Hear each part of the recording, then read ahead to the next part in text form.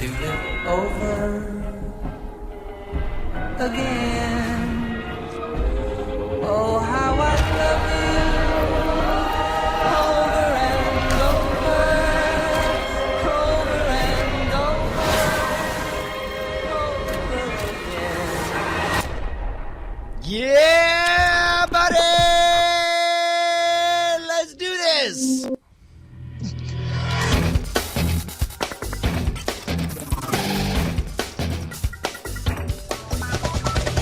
Ladies and gentlemen, welcome to the final Cordkillers of 2015. Our mission will continue in the new year, as it is right today, to report the intel from the front lines of the cord-cutting revolution so you, my friends, can watch the stuff you love when you want, where you want, how you want, with whomever you want, on whatever device you want. I'm Tom Aaron. Hey, man, I'm Brian Brushwood, and I don't think I could be more excited for the Stephen King, J.J. Abrams collaborative masterpiece that looks to be the first breakout Hulu original in my book, 11/22/63. Is that the number? 63. Yeah, got it. I'm finally going to learn when that president died. This will finally teach us our history. Thank you, J.J. Abrams. That's right. I'll tell you what, I am so excited about this property specifically because I think it's going to give just the right amount of room to breathe. The fact that the story has a very iterative nature, and again, this is I'm going to talk around it so I don't spoil it. But somebody goes to a place, and every time he goes back to the place, everything resets, and so as a result. Think about how amazing it's going to be to invest yourself over an entire season in one iteration and then have him reset the clock at some point and start it all over again. I think this is going to be great.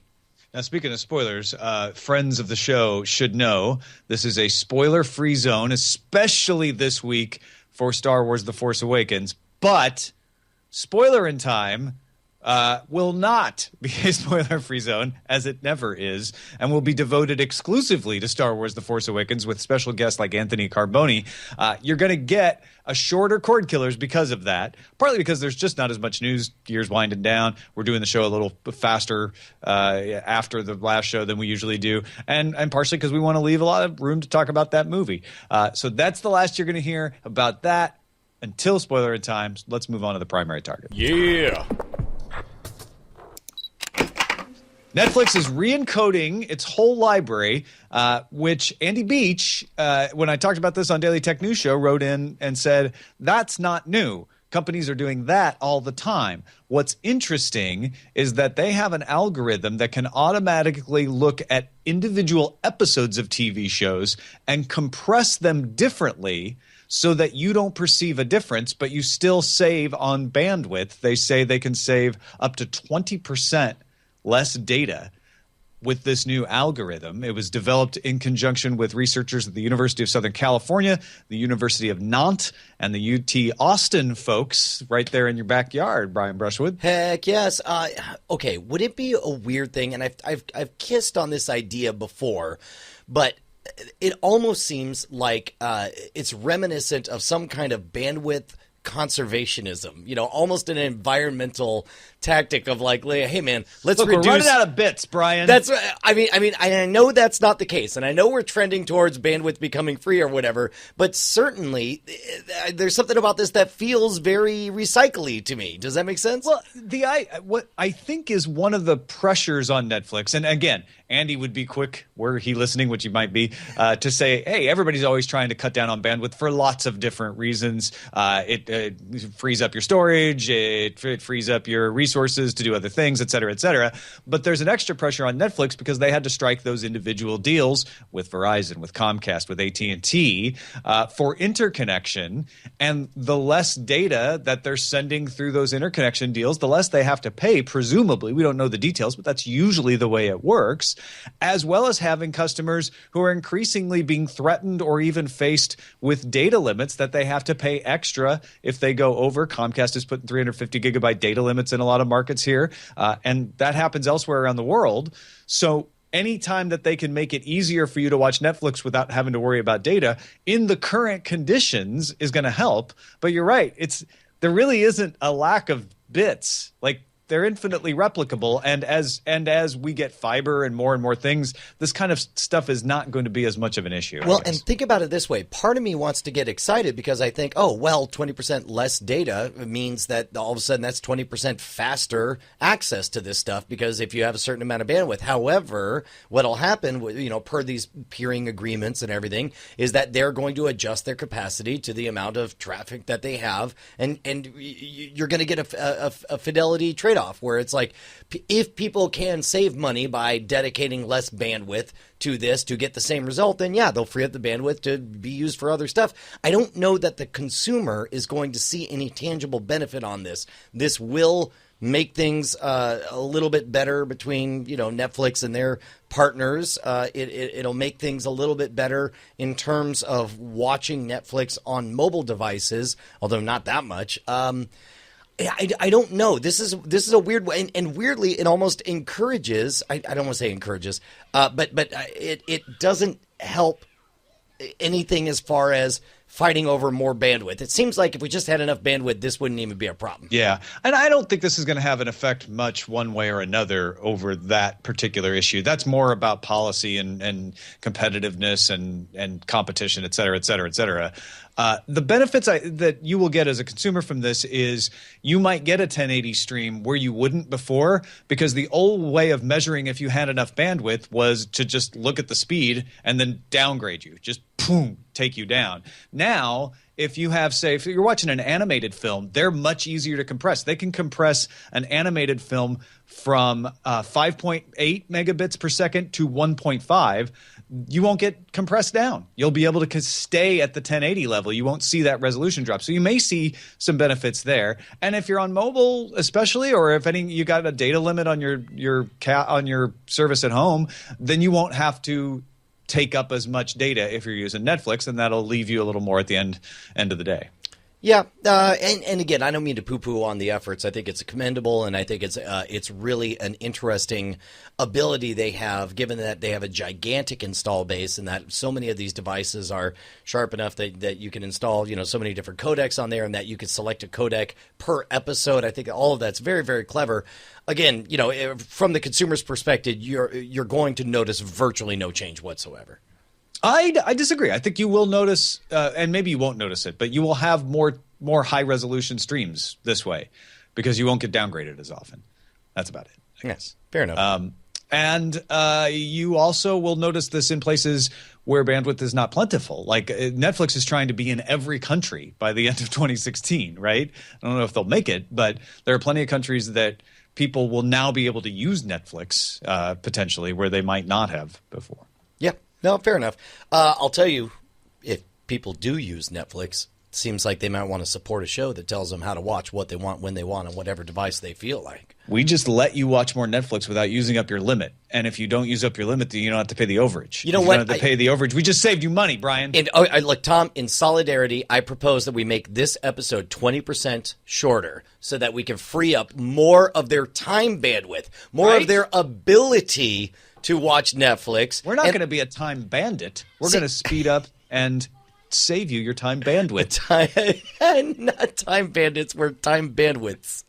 Hey, man, do me a favor. Head on over to patreon.com/Cordkillers. Get this, man. We are at 1,953. Do you realize that's only 47 people away from ending the year at a strong, healthy, robust $2,000, or I'm sorry, 2,000 patrons throwing us money. I don't care if it's $1, a penny. I don't care if it's a nickel. Just head on over, man. Let's make this your pre-New Year's resolution to join the brigade of people who actually throw us a little bit of loose pocket change. Why don't you join that crowd, man? That would be a lot of fun. You may be sitting there saying, I'm not 47 people. I can't help. You're one of 47 people. Dude, and all 47 of you are going to patreon.com/Cordkillers right now. You, and I'm talking to you. You know who I'm talking to. It's you. You're 2% of the problem. But you're also 2% of the solution. Yeah. Let's get it together, Which people. was Let's do this. Third of Sherlock Holmes' favorite thing. 7% solutions, a little more than a third. Hey, let's move on to the front lines. Front lines! Here are all the front lines. Plex's app now available for free on Xbox and PlayStation. You don't have to pay for Plex Pass, and you can stream right to your favorite games console. Cable companies think their subscribers might rise next year at the expense of satellite and phone companies. The overall subscribers won't rise. That's such a want headline, right? Where it's like, oh, guys, we're still doing great. The Sony PlayStation View apps for iOS now work with Chromecast, although the mobile restrictions will get in your way there. And the TiVo Bolt got a brand new Hulu and a brand new WWE app. All of these are super, super exciting to me. I got to tell you, the clear winner to me is Plex's app being available. I'm going to install that ASAP because I've used the not Play On. It's the other one. Doggone it, On Live? Is that what it is? On Live. On Live. That's what I used for years and years, streaming content from my desktop PC to my Xbox. And if I can get that same experience, it's been a while since I shut that On down. Live was the video game thing. Oh, no, so it was Play On. It was Doggone Play it. On. I can Okay. never remember the two. All I remember is that they're opposite names of what they should be, right? On Live Right. should be the one for watching videos, and Play On should be the one for video games. But it's the reverse. Got it. Regardless, I'm very, very excited to dive in and finally have an excuse to get Plex right in front of my face. Also, how about them cable companies? Oh, my God. Hey guys, our subscribers are going to go up. You know, it's going to change everything. First time in 9 years. Do you think it's a coincidence that this is the kind of thing they're saying right at the holiday, as if they've pre-written this for their holiday party, where it's like their business is crumbling around them and somebody's had too many to drink and he's talking to the 50 shareholders Like, in the room. Hey, that's great. Let's use it at that conference we're going to next week. That's Hey, awesome. man, I ran the numbers and our numbers are going to go up. Yeah. Hey, okay. Just to be Who clear, has for raffle safety. ticket 003215? You won an iPod. Overall TV subscribers will probably go down. Like, no one is disputing that. And this is more whistling in the dark. And I don't even think it's that dark. Like, it's just the end of an old technology. This is like crying that landline telephone use is going down. Like, yeah. I mean, who cares, right? Like, what does that matter? It's like communication's not going down. Certainly, content viewership is not going down. No, it's like an quality old TV is not going down. An old, outdated model is beginning to crumble under its own weight, and I, for one, couldn't be happier about it. Yeah. And there you go. Thanks, everybody, for the front lines. Before we get to what's under surveillance, though, we have a very important holiday message from Brian. Oh, shoot, man. We are out of time. It is now the 18th as we record this. There are a few, pretty much anything. Look, you guys have gifts and you are out of time. Head on over to scamstuff.com. You got 19 hours for you to be able to select USPS priority mail and get it to arrive by Christmas for your holiday shopping needs. Everything that's up at scamstuff.com, we just switched over to a fulfillment company. All of it is in the warehouse, and anyone who spends more than $50 on the store gets the Infinite Christmas card. That's the Christmas card that you click it and it starts playing Jingle Bells, and it never, ever stops. And this is what it sounds like. So I'm going to simulate. Just going to simulate. I want you to picture your family hearing this for 6 hours before all 5 batteries run out on this thing. That's my favorite part, is that they have so many batteries on there just so it keeps going forever and ever and ever. This is nice. It's jaunty, right? It You starts feel out festive. jaunty. 2-3 hours in, feels less jaunty. Definitely. Hold on. Wait. Oh, good. Okay, great. Can we do this for the rest of the show? I think there are copyright issues with that. Probably. Also, we want people to keep listening to the show. Fair enough. I'm off on this. Hey, another thing to keep in mind too. You have digital items at the Scam Stuff store. Oh, right? sure. If you're even if you're with past the point of no return as far as getting stuff ordered, you can at least get Scam Cash, which is spendable in the online store. There's a ton of different options. All of it very well curated, very, very clever stuff. Head on over to scamstuff.com. I think you guys will be really excited for some of the Christmas solutions we got for you. We're going to now reach over and just gently lift up surveillance and see what's under it. Okay, don't do that, Tom. That's not polite. Under surveillance. It's not polite to surveil me either, is it, Brian? Oh, touche. Actually, you know what? In fact, let's shut down that program. No more surveillance. Too bad. It got added to a budget bill. I see. The pilot for Netflix's Making a Murderer series, which premiered today. It was the big premiere on December 18th. You may have remembered. The pilot is available on YouTube. So Netflix using YouTube the way television networks have to generate interest in the full series. Smart. And I'll tell you, this is how we were able to get so many people hooked on Mr. Robot back at the time, right? The first episode of Mr. Robot came out. We told the whole world to watch it, and then once you went over to the USA website, you were able to get a good 5 or 6 episodes before finally they told you. I thought it was just going to be the first one, and they kept bringing them. Yeah. Eventually, they got around to saying, "Now shut up, buy our package."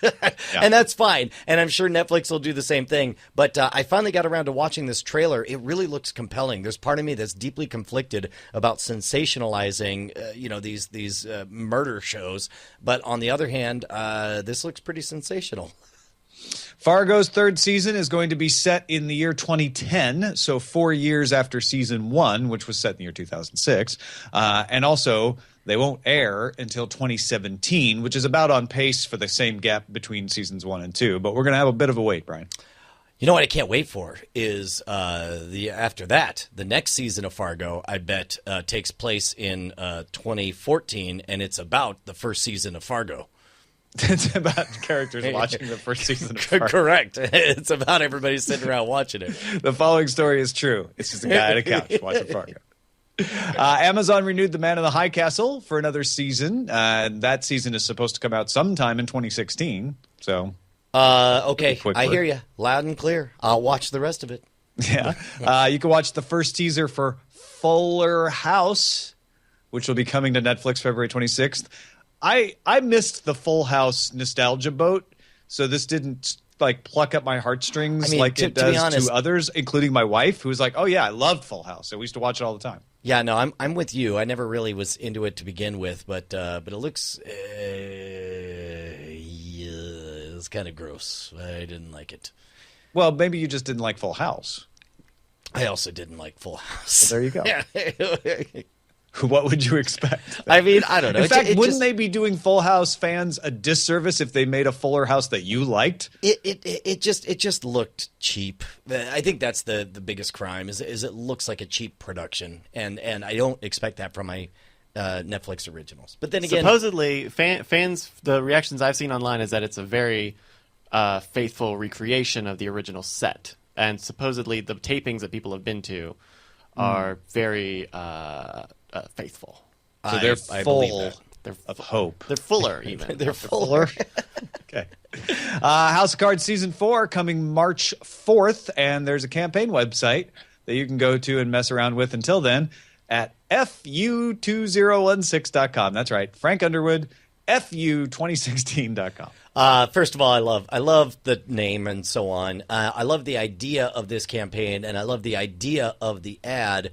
The ad I did find a little bit kind of jarring. Bryce, did you feel the same way? Where it's like I bought the first 2/3 of it as a campaign ad, but then it just felt so different once you see Frank Underwood. I don't know. I feel like, and again, it doesn't matter. It's just an ad. It doesn't reflect on the show. Yeah, I think it's because it's a little too stereotypical of what a campaign ad would be. It's too on the nose. It's too good, is what it is, and as a result, you feel when it switches to this fictional character. Yeah, though I do love that it premiered during the GOP debate. Yeah, and so if you watch the trailer in that context, you could be like, someone would be watching for like 15 or 20 seconds before they're like, Oh, this is a television show.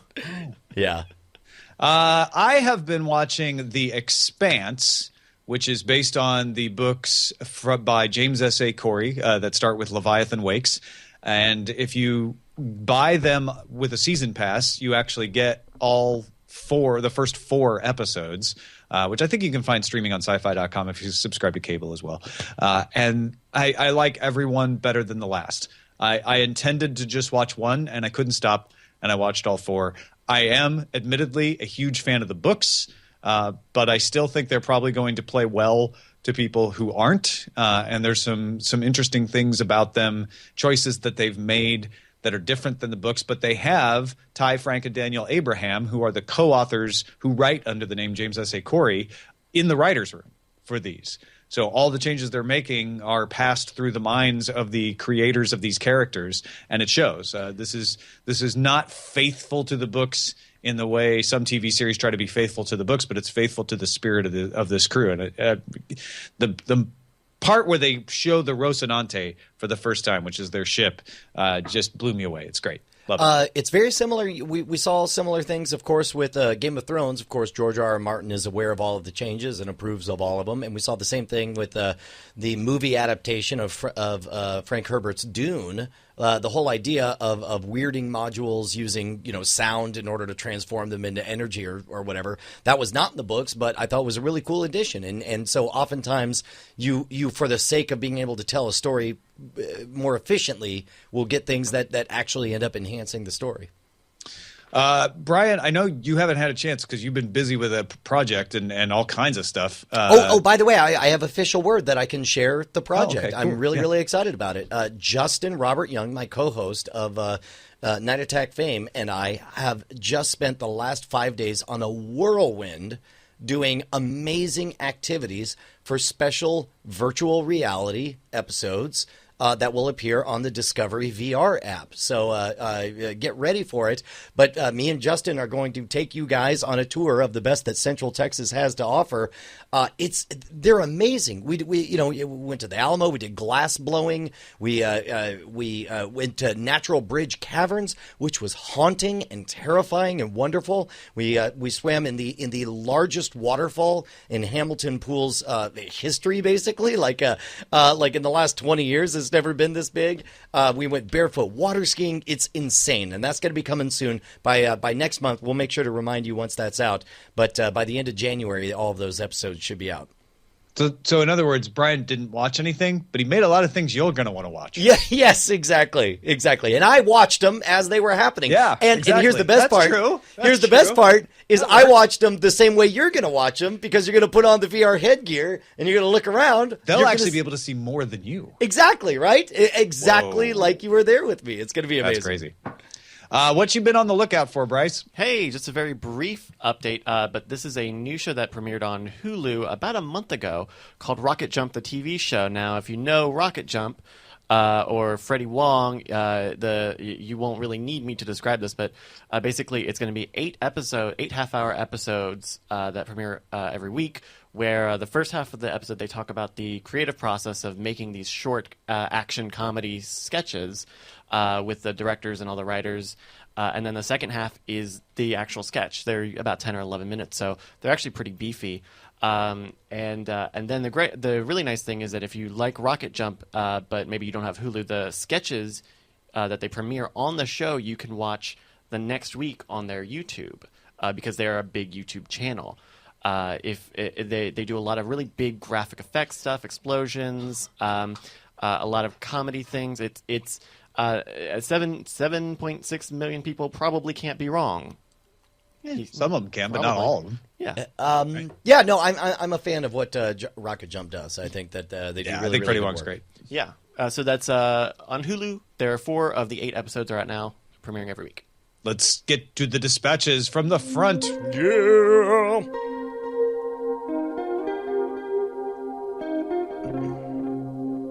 All right, we got Scott from Houston who says, "Hey guys, my family's been cord-free for over a year now. Whenever friends hear this, I usually get the same response of, well, I guess you don't watch a lot of TV. My reply is, die, infidel, and then I stab them. No, that's not what it says. That's not what he wrote. Sorry, it says, my reply is always, we watch more than we ever did before, which, by the way, is exactly what I said about my TiVo back in the day.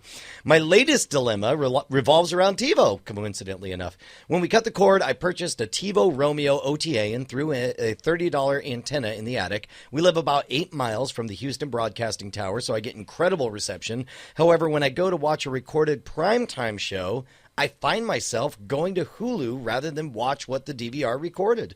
Fast forward or not commercial free wins every time. He says, I'm paying $15 a month for the TiVo service. Between Netflix, Hulu, and Amazon, this is the most expensive service I have. The only shows I can't get on Hulu are the CBS shows I watch. Do I drop the TiVo service and add CBS All Access, or do I stick with TiVo? We have Roku's attached to every TV in the house, and I don't need the Romeo for the apps. I got to tell you, Tom, it seems to me like a slam dunk. You go with the CBS app because certainly things are trending. You think 5-10 years from now we're going to be using antennas for anything? My instinct is to say yes, go with the CBS app, but so many people who use it complain about it. Also, you can't get a commercial-free version like you can with the Hulu. There might be a few other things over the air that you can still get that you don't realize you rely on. I use it as a backup if Hulu doesn't have an episode for some reason or whatever. But the $15 a month, you make a compelling argument. So I guess the only other thing I'd throw out there is maybe look at a channel master and whether you would want to just buy one that doesn't require a subscription fee to give you that over-the-air DVR as an option. I know that's another $100 or so that you'd have to invest, or maybe just go to CBS All Access and see how it goes, and know that you could go buy a channel master as a backup if that doesn't work out. I don't know. Pretty good. We got an email from Jeremy, who was very excited about the Amazon interface on the Fire TV. He says, well, I haven't seen an update for the Amazon interface on TiVo. He says, I have no idea what the Fire TV interface looks like. Prime updated the interface on Roku. That's what he's excited about because they added Showtime and some Stars stuff and other services that you can add. And he says, we caught up on back catalogs of Shameless and Homeland. It may be the perfect add occasionally package, especially for the midwinter break doldrums when most shows are in rerun for a few weeks.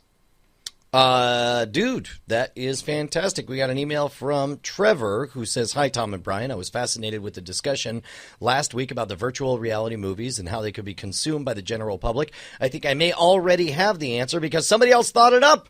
And he brings up a scenario. I'll try to speak around it and to avoid spoiler talk. But basically, if you've read the book Ready Player One, there's a scene where a character has to go through a very popular movie, nailing every line and talking his way through it. And he says, well, dropping that video game aspect of it, how cool would it be to drop yourself into Raiders of the Lost Ark or Mission Impossible movie, heck, even The Notebook, or some other well-established classic piece of cinema. That way you don't have to deal with the whole one-take wonder like a play thing Brian was talking about. Just play out what you already know. Granted, it would take some true Hollywood magic to create those 360-degree environments out of the classics. But I think I have no idea how what it would take technically to make this happen. But I agree, sure would be cool. Yeah, I agree too. And then finally, Nick asks, "Hey, we're getting satellite TV right now, and we're thinking of unplugging and going with some other service. Paul suggested that you might be able to help. We watch CBS for a couple of shows, enjoy college football and public TV shows. We could go for one of the window antennas for local stations and then get a service for the smart TV we have. And currently we have internet through a phone company. It's a landline. Might be other options for internet service to find out there. Would like to be able to get the Big Ten network and some ESPN stations. We'll pursue a smartphone shortly to replace the flip phone currently in use. What might be a good approach to make the switch? If you have the time to offer any advice, it'd be appreciated." We can get you almost all the way there. Almost. And by the way, that's the story of this show, right? Yeah. Is that we have an 80% great solution. More than ever, we have 100% solutions for some people, but he is sadly not one of them. What I would say is, get an over-the-air antenna with either a TiVo or a channel master. That'll help you out. I would say buy a Roku. Don't use your smart TV. I still don't think they're up to snuff. Get a Roku and subscribe to Sling. So now if you have over-the-air and Sling TV, now you can subscribe to Netflix and Hulu. You can get most of your shows with Hulu. And you can subscribe to Sling TV, and that's going to get you ESPN. Yep. And then you can use Watch ESPN on the Roku to get a bunch of ESPN stuff. The only thing we can't do for him is Big Ten Network. Fox is very resistant to allowing any cord cutter options for anything they own, including the Big Ten Network. So the only way a cord cutter can get this is through PlayStation Vue, and PlayStation Vue isn't available in Nebraska, where Nick is. Telling somebody who doesn't already own a PlayStation to go buy a PlayStation just for this doesn't seem like it does feel a little bit silly. Although you can watch PlayStation Vue on other devices we've talked about before. Sometimes, right? Yeah. However, many channels restrict mobile viewing. So, for instance, Sci-Fi, I can watch The Expanse off of PlayStation View, but I can't watch it on my iPad. They restrict it. Huh. Wow. Yeah, man, you might be in that weird category that we recommend. Just sit tight. Just sit tight. Check back in 6 months. It depends. If the Big Ten Network is not do or die for him, he's like, well, I guess I could live without it. I'd say go for it. You're there. But if he's like, oh, I can't miss my games, then yeah, you're gonna have to wait. Yeah. That is it for this last edition of Cordkillers. Thank you all for supporting us all year long. It has been a blast, and we are excited to begin 2016. I think we're going to get even more news and more options. It's going to get even more exciting. It's only going to get more interesting, more exciting. This has been an extraordinary year. Do us a favor. Please consider becoming a patron over at patreon.com/cordkillers. We don't care how much you want to donate. Put down a nickel. That means like once a year, you'll throw us a little bit of pocket change. We would love for you to be on that list and join the revolution. Our website is cordkillers.com. Our email address is cordkillers@gmail.com. And we're live on diamondclub.tv Mondays at 7 p.m. Eastern, 4 p.m. Pacific. We'll see you next year. Happy New Year. Hey, guys. Tom and Brian here. We just wanted to say thank you to all of our $5 patrons who keep us loud, live, and independent. You guys make Cordkillers the production that it is. Your name appears in the video credits and appears in our hearts. And if you'd like to become one of them or see who they are, you can go to patreon.com/cordkillers. You'll need to do more than just go there, though. You'll have to sign up and, pledge an amount. But unless you just want to see who they are. Well, I mean, you could gawk. That's a little creepy, isn't it? If you want to be a gawker, let's go. It's up to you. Diamond Club hopes you have enjoyed this program.